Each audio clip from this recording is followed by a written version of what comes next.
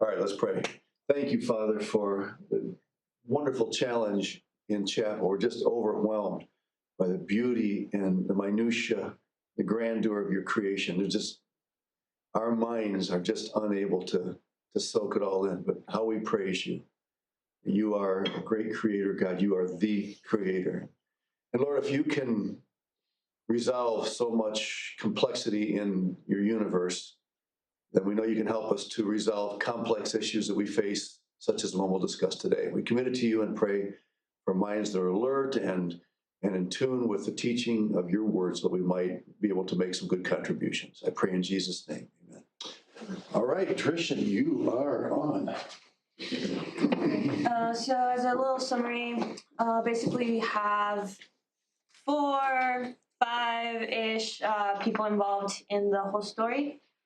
We have Greg, who is a young missionary to Taiwan, and he's been serving in a church there. He fell in love with a Taiwanese woman and asked the director of the district if they could get married, because it was a policy that the mission had that they had to marry in the mission agency. So it has to be people that were already in the mission, or that would join the mission before they got married. And then so he told him to wait a little bit till he could come back in 2 months to kind of talk with him personally. He did. Oh, and told him to keep it in secret, just because of the whole thing with the mission agency. When he did come, the other missionary came, and he noticed that there were rumors going around town about their the relationship between Greg and this lady. And he was a little disappointed because he had specifically told him to keep it in the low. So Greg explained to him that they hadn't gone on a date or anything. They were just serving together. And in one specific night, it had gotten late, and they were working on some evangelistic outreach thing. And so he took her back to her house, and a few of the teenagers from church saw them, and small town word gets around. So then the missionary, Reverend Anderson, talked with another couple that they were helpers for the mission and the church. And they told him that this is a really good lady. She has a really good testimony, and she's working as a school teacher, and has been helping with the ministry at church. Since Reverend Anderson had these people in a really good authority, he decided to send an application to the lady, and then told her that after they investigate and interview her, it would probably take around 4 to 5 months for her to be accepted into the agency. So a month later, a reporter that was a new Christian at the church found out about the story, and he published it in the paper that they would soon get married, and everyone was excited. And so that just had the story spread throughout the whole region. And the father of the lady started having a lot of pressure from family, neighbors, and friends. And he sent a message to Greg telling them, as soon as possible, if you guys can get married, kind of asking him to marry his daughter. So after this, Greg had to like reply back saying that he has to wait till the agency gives their consent on the marriage and for them to like accept her in the mission. This confused the father and sent another message saying that he should take up the responsibility he had and marry his daughter, which again, Greg responded saying that he had to wait. This made the father very angry because he thought that the he was like trying to avoid his responsibility. And in Taiwan, they've had like different issues with soldiers from the States in the past. And so he's like, everyone is the same. And he didn't like that the fact that the organization was in control of whether he got or didn't get married. And so they had to, Reverend Anderson had to talk with Greg about it. And they also found out that Miss Tai had a contract with the town. Since they had to pay for her tuition, she had to work for 5 years. And she was barely starting her third year. So since the agency had another policy, which was they had to work full time in the ministry, she would have to stop teaching in order to do ministry. And so that brings another issue in. And yeah, at the end there, they got all together and they were gonna like talk about like whether they were gonna get married or not, since they hadn't like gotten any answers from the mission agency yet. So yeah, there's a lot of details to the story, but I can't really get through it all right now. But so yeah, what are the options they have? Get married, not get married, wait. Yeah, get married, don't get married, or wait. That, yeah, basically. Do you have any questions you want to pose for them to discuss or anything, or? Yeah, like mostly for like there are like some cultural issues that go into this, like the society and like in the culture, society puts a lot of the pressure into the marriages. So there's if they don't get married, which is one of the options, it would damage both the agency's ministry and the church's ministry, and also Greg's testimony. So with that, it's a little complicated. Can I interrupt you there and ask you how? Yeah. How would that damage? So let me think. I don't remember exactly how it was. So here it says, so when the father was trying to like convince Greg to marry his daughter, is according to tradition, she was forbidden to see Greg until the answer was returned. And then when he replied back saying that he had to wait, the father thought that it was because of the wedding expenses, because it is the husband's responsibility when they get married. He takes the responsibility of the bride's family. So it is very important for him to like produce an heir to continue like both of the sides of the family name. So like half of the children take on like the bride's last name, and the other one would take the groom's, and that's how like both sides of the family continue on.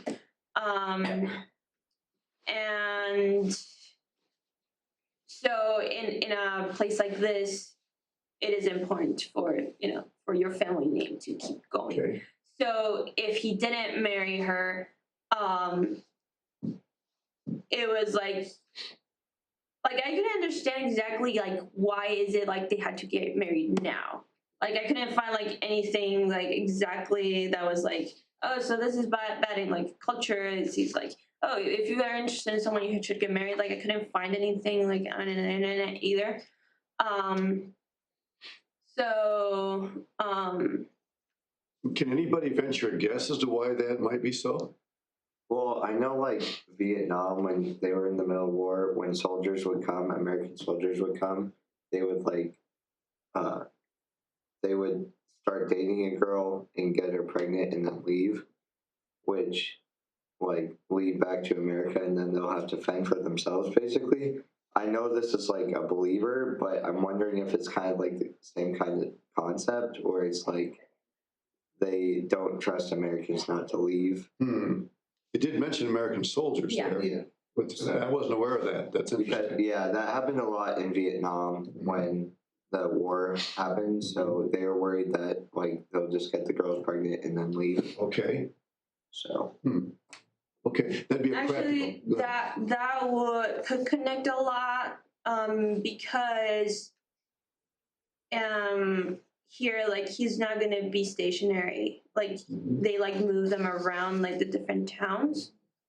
So that actually makes a lot of sense because they want to like keep him tied to the family. So if he doesn't like get married, it's like he's gonna like leave, and like they didn't do anything, so the lady's not pregnant.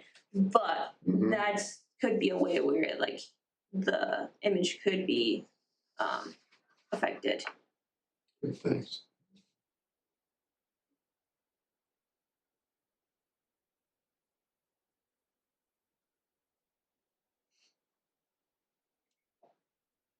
So where do you want to take it from here? So another thing that I like had noticed is the fact that, well, from all the pressure that society puts in, one thing that I found very interesting was that the father was trying to convince like them to get married, but he was like mad that the organization was taking like the shots on like whether they should get married or not. At the same time, he was feeling the pressure from relatives and neighbors and things like that. So it kind of felt a little, what's the word? Hipocrita. Hypocritical? Yeah, because he was like, an organization shouldn't control whether you get married or not. But at the same time, he was feeling the pressure from like society. Okay. So for like, I don't know what you guys think about that. Like whether he was, if it's like okay in this culture, whatever, to listen to society, but not to a particular organization.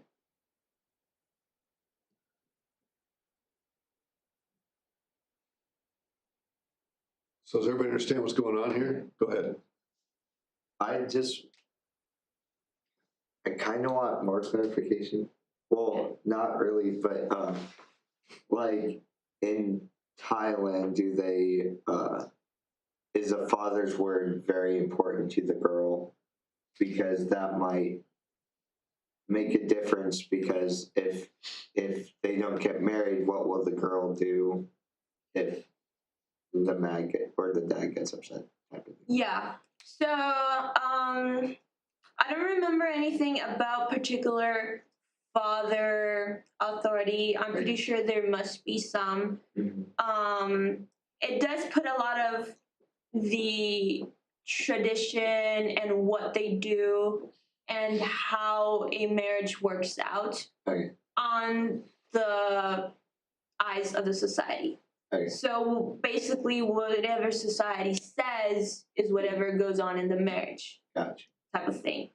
So I'm sure like the father does have some type of say in the matter. Obviously he did like send word twice Yeah. to convince them like to get married. So I'm pretty sure they have like some amount of say in the thing. I'm not sure how much though. Gotcha.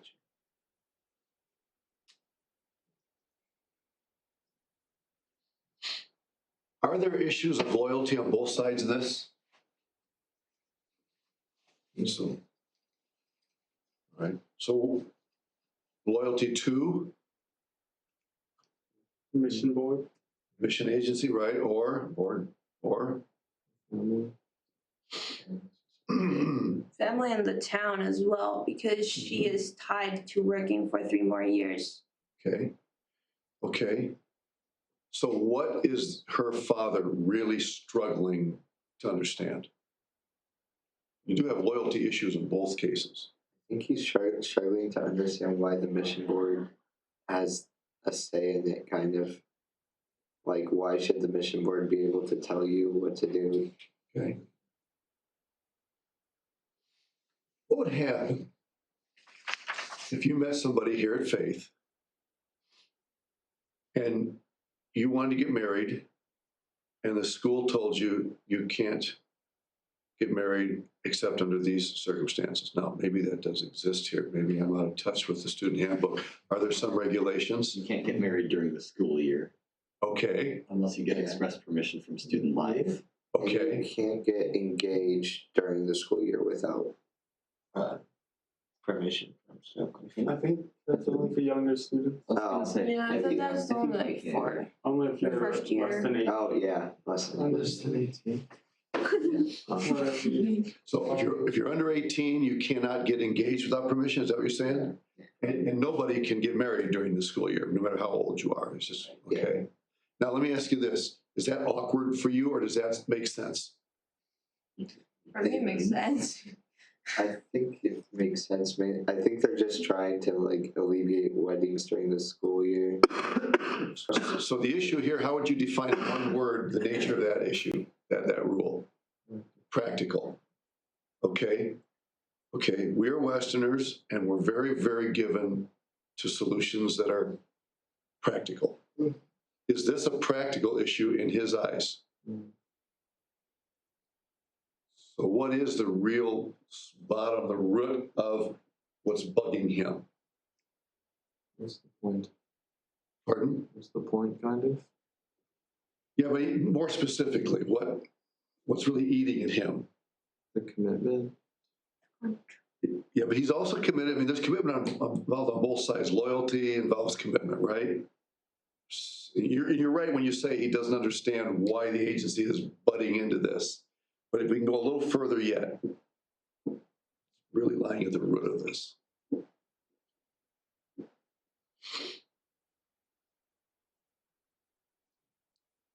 I think like it can be a lot on like the pressures of society and why this like it is a cross-cultural thing. So like you have the agency, which are foreigners, and then you have society, which is what they're used to. Mhm.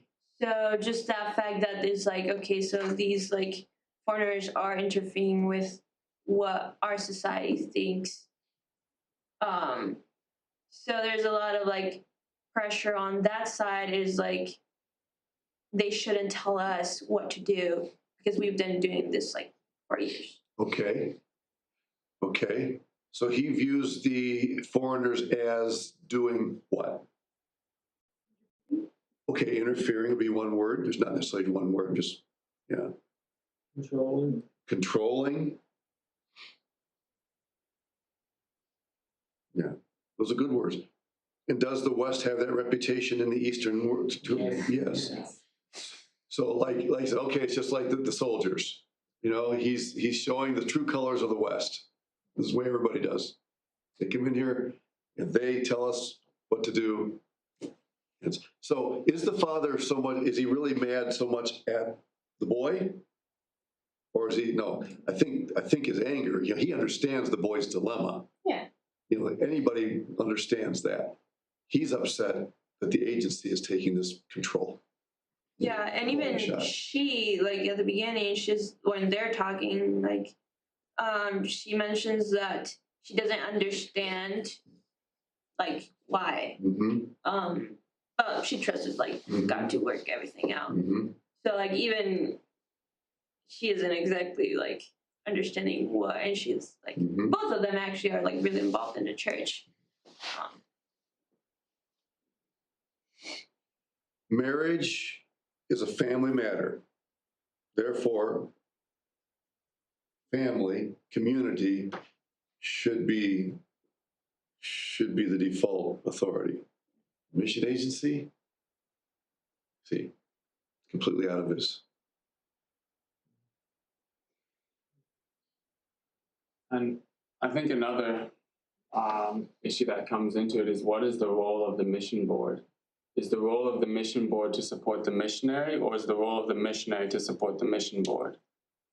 Because I know Frontline, the agency I was with, made a specific point of the agency is there not to control the missionary, but to help the missionary with all like gathering funds, support, prayer. If there's something the missionary needs, they'll go to the mission board, but the board doesn't control the missionaries because they aren't on the field and they don't recognize all the situations that are going on there. I think So- so. Is on the field. Well, the guy has come to visit the field. Anderson, you talking about? Yeah, Reverend Anderson has come to visit the field. So I think part of that plays into how you tackle this question of who is, what is the role of the mission agency? Is the mission agency primary, or is it secondary in supporting the missionary? Mhm. Do you think it has to be an either or question, or is there room for both sides? I'd be interested to hear room for both sides. I can't think of. Well, let's ask them. Can I ask you guys why you think the mission made this rule in the first place? And by the way, just to put you, I mean, this is not uncommon and has not historically been uncommon among mission agencies, this type of rule.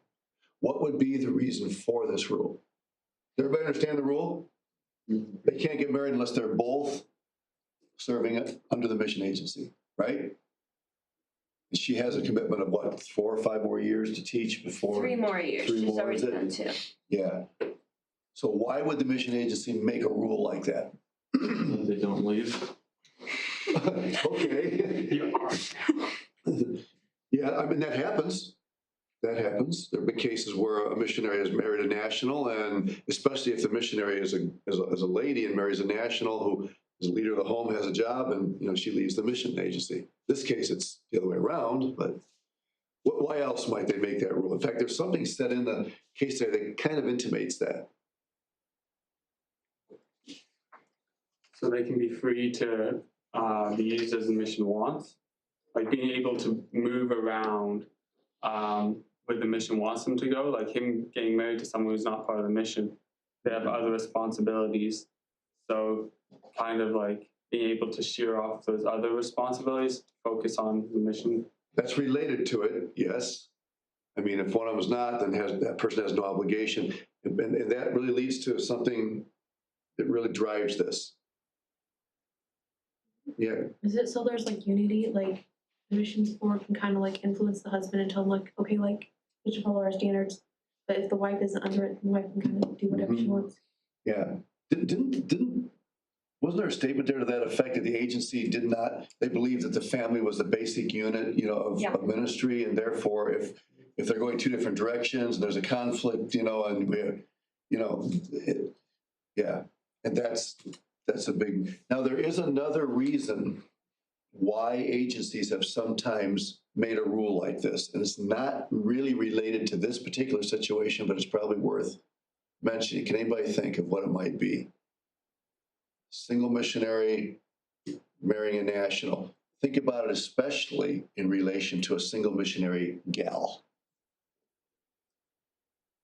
I know sometimes, especially in Arab cultures, there are guys who will look to marry an American and they'll do whatever they can just so that they can get that American passport and get into the West. Mm-hmm. I know that's one issue, and then that would cause a lot of problems with being a missionary.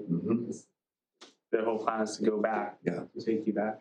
And that has been an issue I would say commonly, over the last few hundred years, we had our Baptist missions used to have a rule that you couldn't marry, a single gal could not marry a native Brazilian or whoever unless that person had become part of the agency, and that was the reason.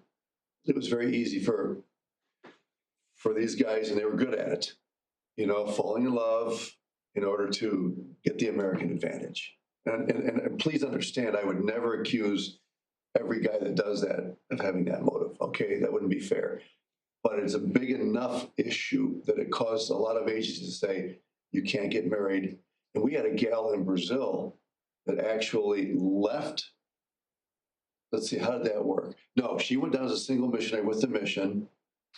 Yeah, she met a Brazilian guy who was not with the mission, and she left the mission to marry him. And then a few years later, the two of them joined the mission together. They had to go back through the whole process and rejoin the mission together and serve until he passed away. But I think the mission eventually changed that policy.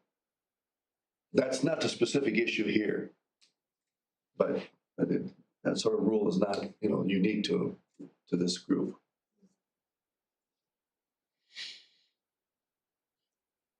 Is the issue ethnic in any way here? Is there an ethnic issue about, a white Caucasian American marrying Taiwanese? In fact, when you first saw the title and you sat down to read it, what did you think it was going to be talking about? Ethnicity. Yeah. It really is not a case of biological difference between the two. Really not. But along with that ethnicity comes customs that have to be understood. Yeah. Well, can I ask you this question? Could Greg have done anything to avoid what happened? Not fall in love. So I restate my question. Could he have done anything? Could he help falling in love with her? Yeah, right.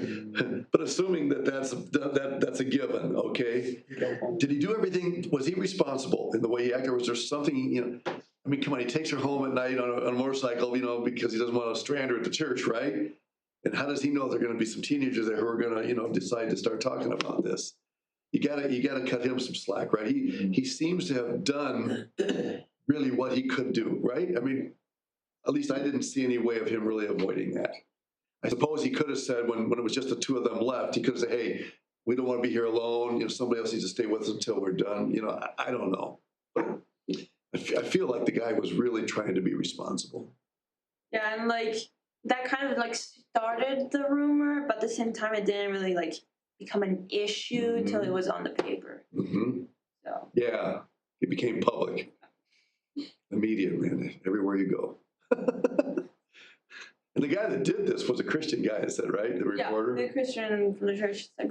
Now we should cut him some slack too. But I don't think we should just assume that he was trying to create a problem by doing this. He was excited and wanted to publicize this. His motives may have been totally above board, right? He may not have had any idea about the missions. All right. Well, can I ask you do you have another question? I don't want to steal your thunder here, but. No, it's good. Can I ask you guys another question about this? If somebody has to give, I mean, it's possible that neither side will give, okay? But if somebody has to give in, I guess I should ask it this way first. Do you think that somebody should give in? And if so, which side? Maybe you think that both should hold their ground and be consistent and just let the chips fall as they will. So let's ask that question. Should one of them give in? And if so, which one? If not, then just tell me. I think they should both take their stand. And what do you think?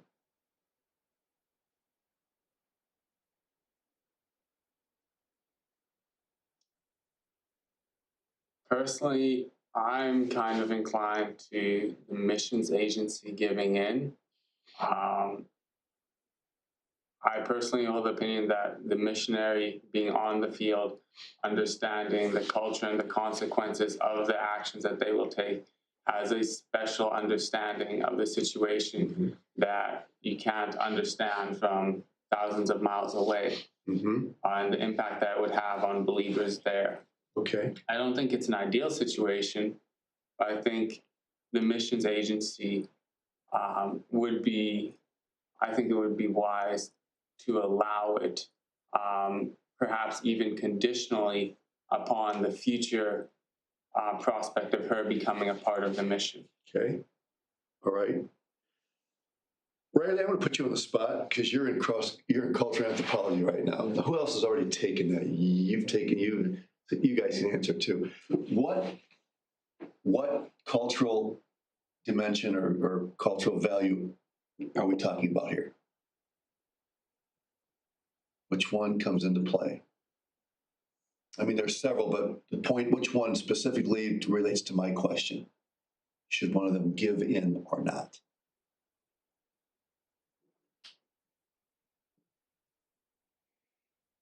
I'll give you a clue, Riley. We're talking about it right now in cultural anthropology. That's early. You guys remember universalism versus particularism?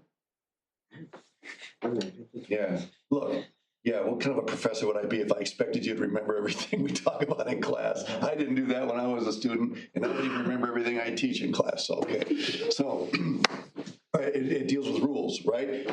Okay. How binding are rules? The universalist says rules are the same for everybody no matter what. Rules are rules. You sign on the dotted line, okay, no more discussion. Particularism says, wait a minute. Rules are made under certain circumstances. Circumstances change, and after all, what's more important? The government or the legal system that makes the rules, or family members, people who are close to your life. When push comes to shove, which one's going to be? Who are you going to give your loyalty to? Okay, and we talked in class about this even yesterday. There is no society that doesn't bend the rules for somebody. Maybe some of you, even I won't ask for any testimony, even here at school, something happens, or you go to a teacher and say, hey, can I have an extension on an assignment because ... Well, the teacher can say, no, read the syllabus, you signed it, you agreed to it, or whatever, But most teachers are going to say, yeah, hey, that makes sense. I just did that this morning for a student, not one of you, who had a particular situation, and I said, hey, I understand, no problem. I'll excuse you for that. Okay? And I've probably done it for several of you as well. So this is one of the big issues that we're dealing with here.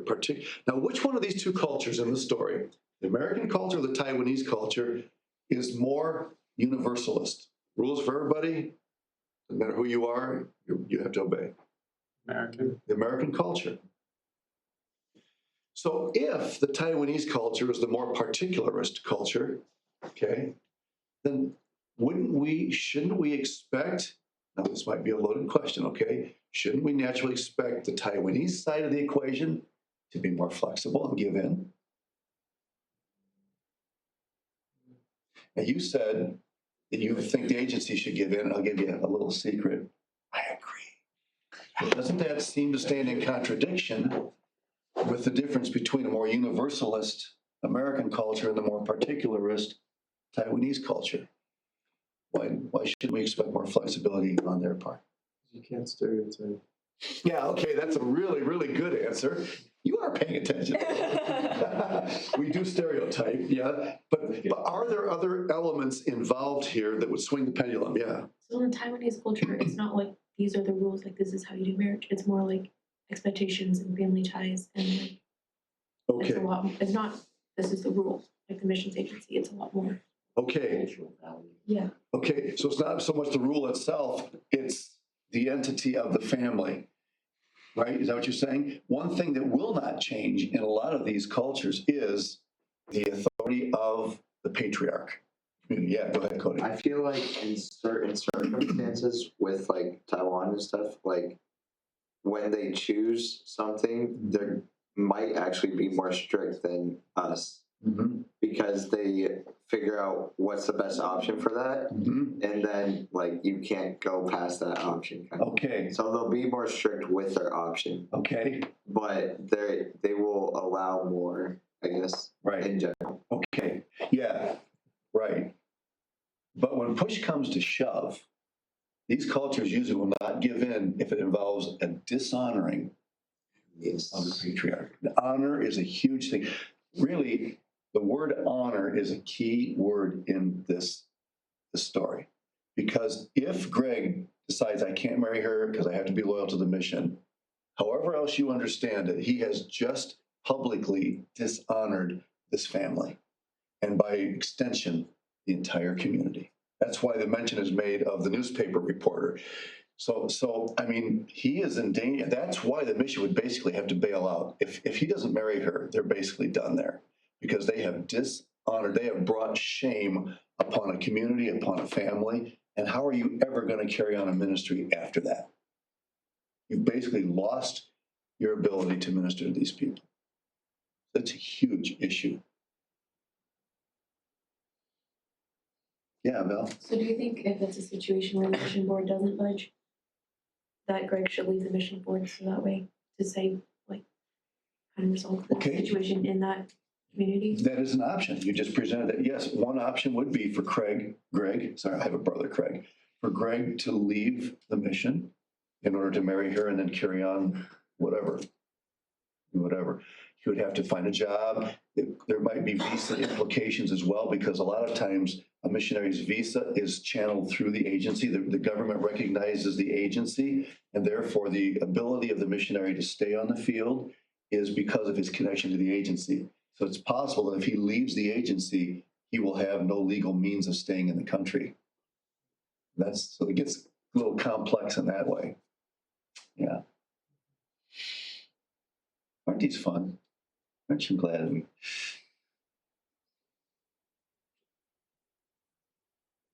Do you guys, okay, you guys are Americans. Do you guys believe that the agency would be able to contrive a legitimate way of making an exception or, bending the rules in some way without dishonoring God, to being faithful?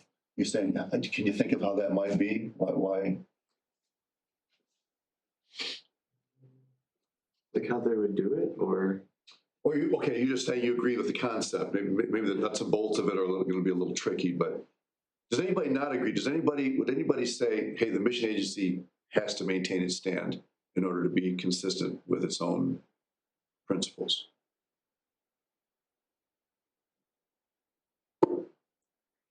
I know. Go ahead, Val.